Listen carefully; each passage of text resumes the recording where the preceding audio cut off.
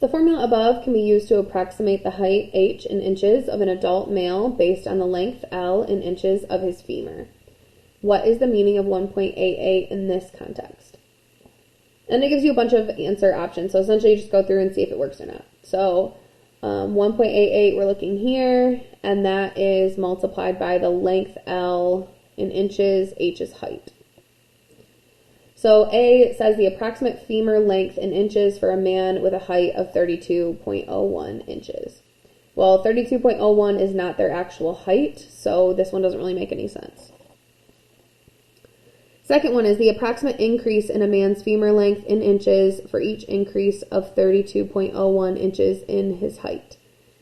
I like that it says approximate increase because whenever you have a slope like this, it's representing an increase or decrease.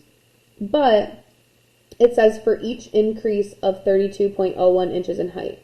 We're not going up by 1.88 every 32 inches. We're going up by this every 1 something, because the bottom of this fraction is 1.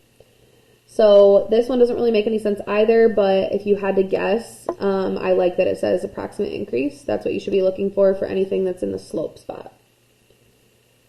Next one looks good because it also says approximate increase. Goodness gracious.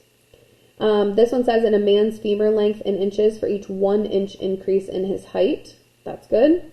Let me check the last one because it also says approximate increase. This one says in a man's height in inches for each 1 inch increase in his femur length. So the difference is whether it's the increase in a man's femur length for each increase in the height, or the increase in a height for every 1 inch increase in his femur length. To be able to tell the difference, you really need to know which one is rise and which one is run. And so if you look at what a graph would look like, our rise would be the height, that's what we're measuring, and our run would be the length.